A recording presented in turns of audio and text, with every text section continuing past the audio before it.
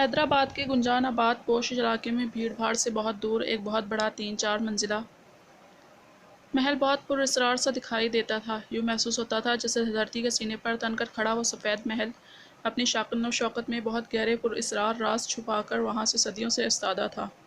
اس سفید عمارت کے آس پاس تو کیا دور دور تک کسی عام انسان کا بھٹکنا ذرا مشکل تھا۔ تبھی اس سفید محل کے لیے پورے شہر میں عجیب عجیب باتیں مشہور اور زبان زد عام تھیں، کیونکہ اکثر وہاں پر کافی سارے خواجہ سراؤں کو آتے جاتے دیکھا جاتا تھا۔ وہاں سے بلیک مرسڈیز، بلیک کرولاز اور بلیک BMW بس آتی جاتی دکھتی تھیں۔ ان میں کون ہوتا تھا، کون نہیں، وہ لوگ کون تھے، کیا کرتے تھے، کہاں سے آتے تھے، کہاں سے جاتے تھے، کسی کو کچھ خبر نہیں تھی۔ سفید محل کے بہت بڑے سفید گیٹ کے باہر ایک سنہرے اور سفید امتزاج کی نمبر پلیٹ پر جلی حروف میں وائٹ پیلس لکھا ہوا تھا۔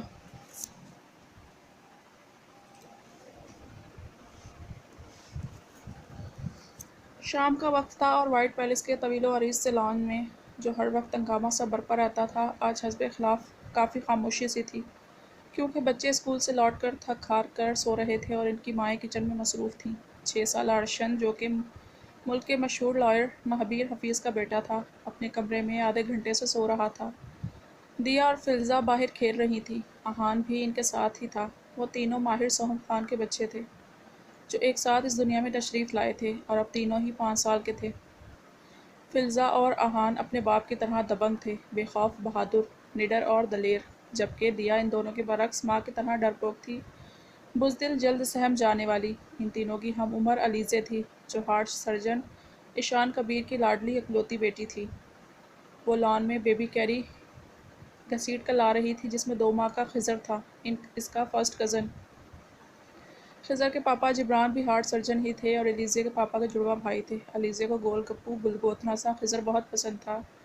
جب سے وہ پیدا ہوا تھا ہر وقت اس کے ساتھ کھیلتی رہتی تھی۔ وہ کیری لان میں ہی گھسیٹ لائی تھی اور اب خضر کو ساتھ پچکارتی فلزہ دیا اور احان کے ساتھ کھیلنے لگی تھی۔ ان سب سے بالکل الگ تھلگ امن آریان تھا، جو ڈاکٹر آریان پاشا کا بیٹا ہے۔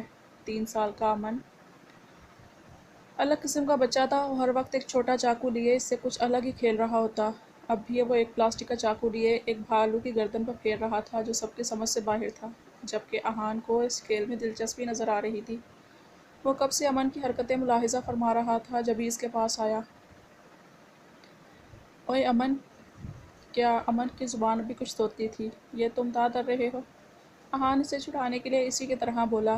بھیا صحیح سے بولیں، میں ماما تو بتا دوں گا کہ بلے پاپا، پھر آپ تی واٹ لدائیں دے اس اسٹیلپل سے ماریں دے آپ تو۔ امن نے احان کو ڈرانا چاہا تھا۔ ہیں وہ کیا ہوتا ہے؟ احان نے حیرت سے پوچھا۔ آپ تو نہیں پتہ؟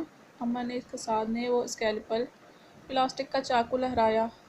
احان نے اسے تھاما تھا۔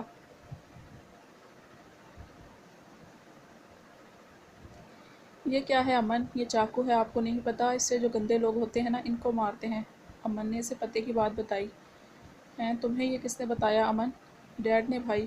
ڈیڈ کہتے ہیں گندے چیپ پیپل کو اس سے پنش دیتے ہیں۔ ہاں سچی امن؟ احان مسکرایا۔ مچھی بھائی یہ دیکھیں، سمجھے یہ کوئی گندا بچہ ہے اور یہ اس گڑیا کو تنگ کر رہا ہے تو میں اس سے مارتے ہیں، کٹ کرتے ہیں۔ فلزہ بھی انہیں دیکھتی ان کے پاس آ گئی اور جب سے یہ باتیں سن رہی تھی، جانے کیوں اسے بھی یہ کھیل بہت دلچسپ لگا، جب ہی پاس آئی تھی۔ دیا جھولے پر بیٹھی ان کی فضول حرکتیں ملاحظہ فرما رہی تھی، جو ٹیڈی بیئر کا انجر پنجر ڈھیلا کر چکے تھے۔ دیا نے نفی میں سر ہلایا۔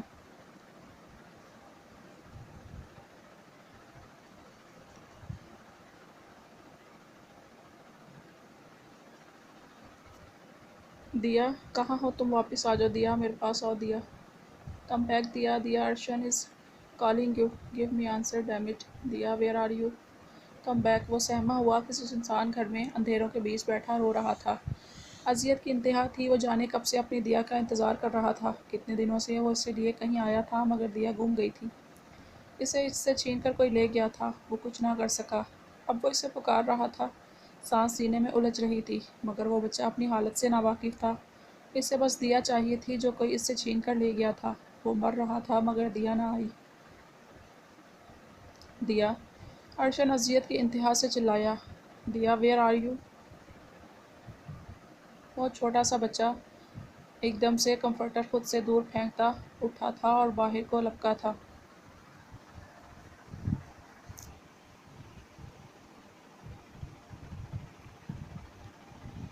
دیا! وہ چلا کر دیا کو پکارتا نیچے اتر رہا تھا۔ نیچے لاؤنج میں بیٹھے تمام نفوس اسے دیکھ کر پریشان ہو گئے تھے۔ فجر گڑبڑا کر اس کے پاس ہوئی۔ کیا ہوا ارشن بیٹا، مائی بیبی؟ فجر نے اس کا چہرہ تھاما اور اس کا پسینہ صاف کیا۔ Mama where is my butterfly? Diya کہاں ہے ماما؟ دیا تو باہر ہے ارشن۔ رواحہ نے اسے بتایا تو وہ سب کو چھوڑتا باہر کی جانب بھاگا۔ اف، یہ لڑکا شاید خواب دیکھ کر آیا ہے۔ کیا کروں میں اس کا؟ فجر جو کہ کچن سے نکلی تھی ارشن کو یوں طوفان بنا باہر جاتا دیکھ کر پریشان ہوئی، جبکہ لاؤنج میں بیٹھے ماہپیر کو اس کی پریشانی پر ہنسی آئی۔ حوصلہ رکھو فجر، کیوں پریشان ہوتی ہو؟ بچہ ہے اور شروع دن سے دیا سے اٹیچ ہے تو اسے مت روکا کرو، اور جانتی ہو نا وہ میرا بیٹا ہے تو اپنی ہی من مرضیاں کرے گا۔ ماہپیر مسکراہٹ دباتا بولا تو فجر مسکرائی۔ جی جی جانتی ہوں آپ ہی کا بیٹا ہے، تبھی ابھی سے اتنا پاگل ہے، فجر منہ بنا کر کہتی پھر سے کچن میں چلی گئی۔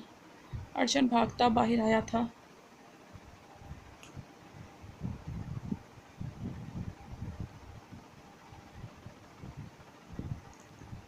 دیا! دیا اسے گھبرایا دیکھ کر اپنی جگہ سے اچھل کھڑی ہوئی تھی۔ دیا! وہ فوراً اس کے پاس پہنچا۔ دیا پرامس می، تم کہیں نہیں جاؤ گی، تم مجھے چھوڑ کر کہیں نہیں جاؤ گی دیا؟ نہیں، بلکہ میں تمہیں کبھی خود سے الگ نہیں کروں گا، بس تم میرے پاس رہو گی، کہیں نہیں جاؤ گی نا دیا تم؟ میں کہاں جاؤں گی ارشن، یہ میرا گھر ہے، میں یہیں رہوں گی، وہ چھوٹی سی ناک چڑھا کر بولی۔ وہ مسکرایا۔ پرامس می دیا؟ پرامس ارشن۔ دیا نے اپنا روئی کی مانند ملائم ہاتھ اس کے ہاتھ میں تھمایا جو کہ ارشن نے مضبوطی سے تھاما اور اس پر ایک چھوٹی سی کسی کی۔ وہ پیچھے ہو کر بولا یس، دیا نے لٹھمار انداز میں سے کہا۔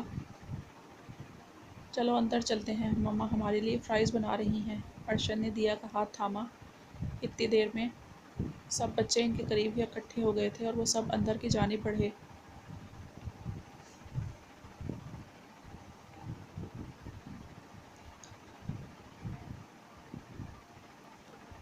کوئٹہ کے کمرشل ایریا میں ایک بہت بڑی بلڈنگ کے بیسمنٹ میں اس وقت غیر معمولی سی ہلچل تھی۔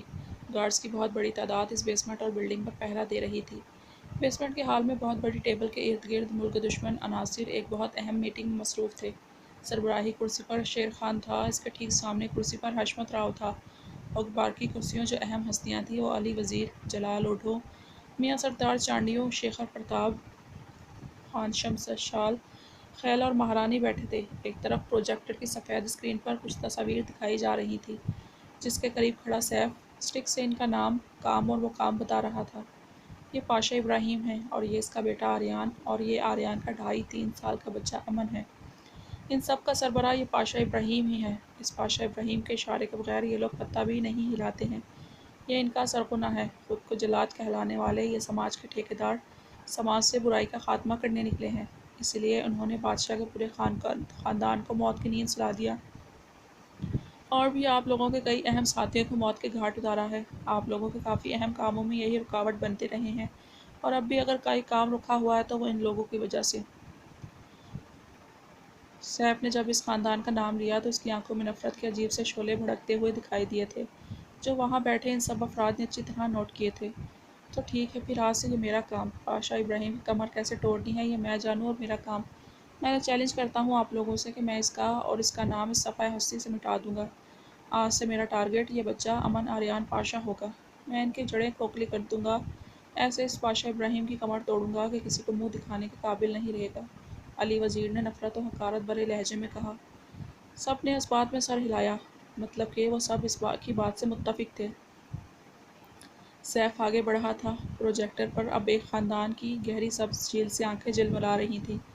یہ ہے سوہم خان، یہ اس کا بیٹا ماہر خان، اور ماہر خان کے یہ 3 بچے جو اکٹھے پیدا ہوئے ہیں، 2 بیٹیاں، یہ اہان، یہ دیا اور فضا۔ سوہم خان پاشا ابراہیم کا دایاں ہاتھ ہے۔ شروع دن سے پاشا کے سارے اہم کام یہی سر انجام دیتا ہے۔ اگر یہ کہیں کہ یہ پاشا کے ایک اشارے پر کسی کی بھی جان لے لے تو غلط نہ ہوگا۔ اس کے بعد اس کا بیٹا حشمت راؤ نے اطمینان سے کہا۔ ڈن۔ خان شمشیل نے بھی مسکراتے ہوئے کہا۔ اس کے بعد یہ مہابیر حفیظ ہے، سالہ وکیل ہے اور کسی کے قابو میں نہیں، اور اس کا یہ بیٹا ارشن مہابیر۔ پھر اس کے بچے کو موت کے گھاٹ اتار دو۔ وکیل خود ہی جو نیکی کا بخار چڑھتا رہتا ہے خود بخود اتر جائے گا۔ یہ آج سے پھر میرے ٹارگٹ پر رہے گا۔ جلال اوڈھو جو مشہور زمانہ کرائے کا قاتل تھا خباثت سے مسکرایا۔ ٹھیک ہے، یہ کام تمہارا۔ خان زمان خیل نے اسے یہ کام سونپا تھا۔ اب پروجیکٹر کی اسکرین پر تصاویر بدلی تھیں۔ یہ کبیر ابراہیم ہیں، یہ اس کے دو جڑواں بیٹے جبران اور ایشان ہیں، دونوں ڈاکٹر ہیں، اور ہمارا ہیومن آرگنز کا کاروبار بالکل ٹھپ کر کے رکھ دیا ہے انہوں نے۔ یہ ایشان کی بیٹی ہے علیزے، اور جبران کا ایک بیٹا ہے خضر، جس کی تصویر ہم حاصل نہیں کر سکے کیونکہ ابھی وہ چھوٹا ہے، اسی لیے ابھی اپنی بل سے نہیں نکالا اسے۔ یہ ایک ایک ہیں تو ختم کر دو ان کو بھی، آسانی ہوگی۔ جلال اوڈھو انہیں بھی اپنے نشانے پر رکھتا۔ ابھی تمہارا کام ہے، خود کو جلاد کہنے والے ان جوکروں کی نسل ختم کر دو۔ ہمارے کام میں ٹانگ اڑانے کا کیا انجام ہوتا ہے ان کو بتا دو۔ ابھی مجھے کوئی بھاشن نہیں چاہیے، کام چاہیے، عمل کرو عمل۔ شیکھر پرتاپ کی دھم پر پاؤں آیا تھا جبھی دل ملا کر بولا تھا۔ کافی سالوں سے انہوں نے ہم جیسوں کو بہت پریشان کر رکھا ہے، مگر اب وقت آن پہنچا ہے کہ ان کی نسلیں صفحۂ ہستی سے ایسے مٹا دی جائیں کہ ان کا نام و نشان بھی باقی نہ رہے۔ سیف نے شرر بار لہجے میں کہا تھا۔ اور تو اور ہم جیسوں کو تو نہ چھوڑا، اب کیا ہم جیسے ڈاکٹر انجینئر بنیں گے؟ وہ بہکا رہے ہیں ہمارے جاتی کے بچوں کو بھی۔ یہ ثابت کیا کرنا چاہتے ہیں؟ کیا خواب دکھا رہے ہیں؟ کیا یہ مردوں عورتوں کی دنیا قبول کرے گی ہمیں؟ ارے کبھی نہیں دیں گے یہ ہمیں اپنی دنیا میں۔ اسی لیے اب اگر ہماری نسل کا کوئی ان کے ساتھ جا کر ملا، میں اسے عبرت کا نشان بنا دوں گی۔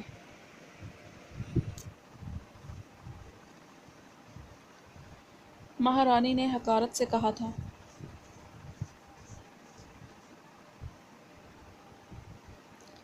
ارے سنا ہے آج ان سب کی جڑواں ہمشیرہ ریشمہ وفات پا گئی ہے، سیف نے خباثت سے مسکراتے اطلاع دی تھی۔ ارے واہ، یہ تو بہت اچھی خبر ہے، بہت اچھا ہو گیا، یہ اب ہمیں کوئی نہیں روک پائے گا۔ اب وہ سب شیطان اپنی اپنی پلاننگز بناتے میں ان پلاننگز کا بہت باریک بینی سے جائزہ لینے میں مصروف تھے۔ وائٹ پیلس میں صفائے ماتم بچھی ہوئی تھی۔ آج ایک عظیم ہستی، نیک نرم فطرت، خوش اخلاق، خوش گفتار، سب کی ماں ریشمہ اس دنیا سے رخصت ہو چکی تھی۔ سب بچے اپنے اپنے کمروں میں تھے جبکہ وہ سپر 8 اب جنازے کو کندھا دینے آگے بڑھے تھے۔ خواتین سوگوار سی سب روتی جاتی اور قرآن پاک کی تلاوت کرتی جاتی۔ پنکی، منی اور باقی سب غم سے نڈھال تھیں۔ ایسی پاک تہجد گزار ہستی دنیا سے گئی تھی کہ جیسے در و دیوار سوگوار ہو گئے تھے۔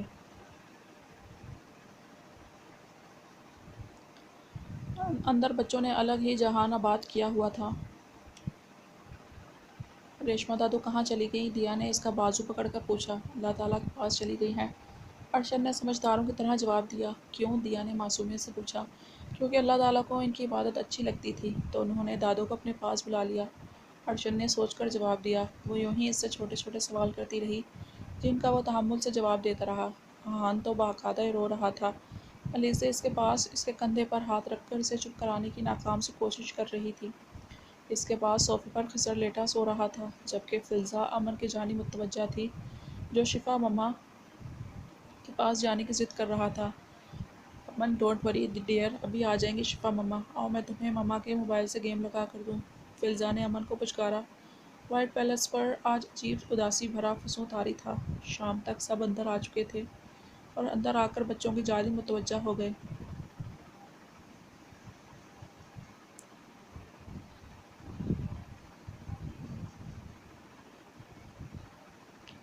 وہ ایک حویلی کی پچھلی جانب کا بہت بڑا احاطہ تھا جس میں اس وقت مختلف قسم کی چیخ و پکار سننے کو مل رہی تھی۔ کچھ دھوکل مرد 4، 13، 14 سالہ خواجہ سرا بچوں کو بری طرح پیٹ رہے تھے۔ ارے مہارانی آ رہی ہیں، مہارانی آ گئی۔ احاطے میں غیر معمولی ہلچل ہوئی تھی۔ وہاں موجود تمام گارڈز سم بڈھے الرٹ کھڑے تھے۔ ان کے چہروں پر یہ نام سن کر سی دہشت سی طاری ہو گئی تھی۔ حویلی کی طویل ڈیوڑی میں پائلوں اور چوڑیوں کی چھنکار کی آواز باہر تک آئی۔ ایک گارڈ جس نے اس کے سر پر چھتری کا سایہ کر رکھا تھا دھیرے دھیرے چلتے احاطے کی جانب آ رہا تھا۔ ایک پختہ عمر کا خواجہ سرا تھا، بھڑکیلے رنگ کی ساڑی پہنے، تیز میک اپ اور منہ میں پان چباتا، چہرے کے تاثرات پتریلے اور چٹانوں سے سخت ظالم لفظ کا اگر کوئی دوسرا نام ہوتا تو وہ مہارانی ہی ہوتا۔ کیا ہے رے، کیوں اتنا شور مچا رکھا ہے؟ وہ پان چباتا غصیلے لہجے میں بولا تھا۔ مہارانی، انہوں نے حویلی چھوڑ کر اس پیلس کی جانب بھاگنے کی کوشش کی، اور یہ سننے کی دیر تھی کہ مہارانی کے چہرے پر درندگی چھائی تھی۔ احاطے میں پہلے سے تیار کیے گئے کوئلے کی انگیٹھی سے ایک دہکتی سلاخ اٹھا کر اس نے ان ننھی معصوم جانوں کے پیروں کو داغنا شروع کیا تھا۔ کیا رے، نوٹنکی کرنے کے بجائے ڈاکٹر انجینئر بنو گے؟ ناچ گانا نہیں کرو گے تو مرو پھر کتوں کی موت۔ میں جلا ڈالوں گی اس پیلس کو، ان ورغلانے والوں کو بھگا بھگا کر ماروں گی، اینٹ سے اینٹ بجا دوں گی اس پیلس کی۔ وہ منہ سے جھاگ اڑاتی ایک کمزور وجود کے سینے پر پاؤں رکھ کر بری بے دردی سے اس کا سینہ کچلنے لگی۔ مہارانی، فون ہے آپ کے لیے۔ پارو نے ڈرتے ڈرتے مہارانی کو مخاطب کیا تھا۔ انہیں اٹھا کر تہہ خانے میں ڈال دو، ناچنے والی نہ بنے تو کیا ہو، دوسرے اور بہت سے کام نکلوا لوں گی میں ان مردودوں سے۔ وہ پھنکاری تھی اور نخوت سے ایک کو ٹھوکر مارتی وہاں سے اندر چلی گئی۔ گارڈز ان زخموں سے چور معصوم جانوں کو جانوروں کی طرح گھسیٹتے تہہ خانے کی جانب لے گئے تھے۔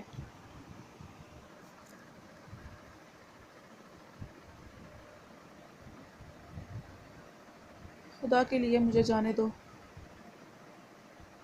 مت مارو، جانے دو، مت مارو سہیل مجھے، تمہیں خدا کا واسطہ ہے، مت مارو مجھے۔ چیخ و پکار، آہیں، سسکیاں، وہ ننھی معصوم سی جان خوف و دہشت کے مارے بیڈ کے نیچے چھپا بیٹھا آج پھر اپنی ماں کو جانور کی طرح پٹتے سن رہا تھا۔ ماں کی چیخیں اس قدر دردناک تھیں کہ وہ اپنے کانوں کو ننھے ننھے ہاتھوں سے بند کر کے ان چیخوں کو اپنی سماعتوں تک آنے سے روکنے کی ناکام کوشش کر رہا تھا۔ آنکھیں بھی زور سے بیچ رکھی تھی کہ کہیں کوئی دل خراش منظر دیکھنے کو نہ مل جائے۔ وہ جانتا تھا اس کا درندہ سفت شرابی جواری باپ اپنی بات منوانے کو اس کی ماں کا جسم استری سے داغا کرتا تھا، تو پھر بتا حرامزادی کہ کہاں رکھے ہیں پیسے، نہیں تو آج ساری چمڑی ادھیڑ دوں گا تیری۔ نہیں، وہ میرے بچے کے لیے ہیں، اس کی بھوک، اس کی ضرورتیں، کچھ نظر نہیں آتا تمہیں؟ میں نہیں دوں گی وہ پیسے تمہیں۔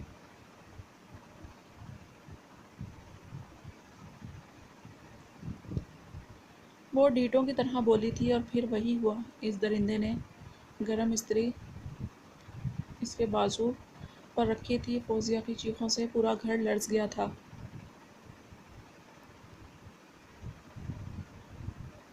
کب سے مار کھا رہی ہے، اب تو بس ہو چکی تھی، تبھی ہوش و خرد سے بیگانہ ہو کر زمین پر گری تھی۔ وہ نفرت سے اسے ٹھوکر مارتا، منہ سے مغلظات اور گندگی بکتا دندناتا گھر سے باہر نکل گیا تھا۔ وہ 7 سالہ بچہ جلدی سے بیڈ کے نیچے سے باہر آیا تھا۔ مما! اس کے پکار میں بے تحاشا درد تھا۔ ماں کا چہرہ تھپ تھپایا، اور پھر اپنی سمجھ کے مطابق گلاس میں پانی لا کر ماں کے چہرے پر گرایا۔ ساحر میرے بچے!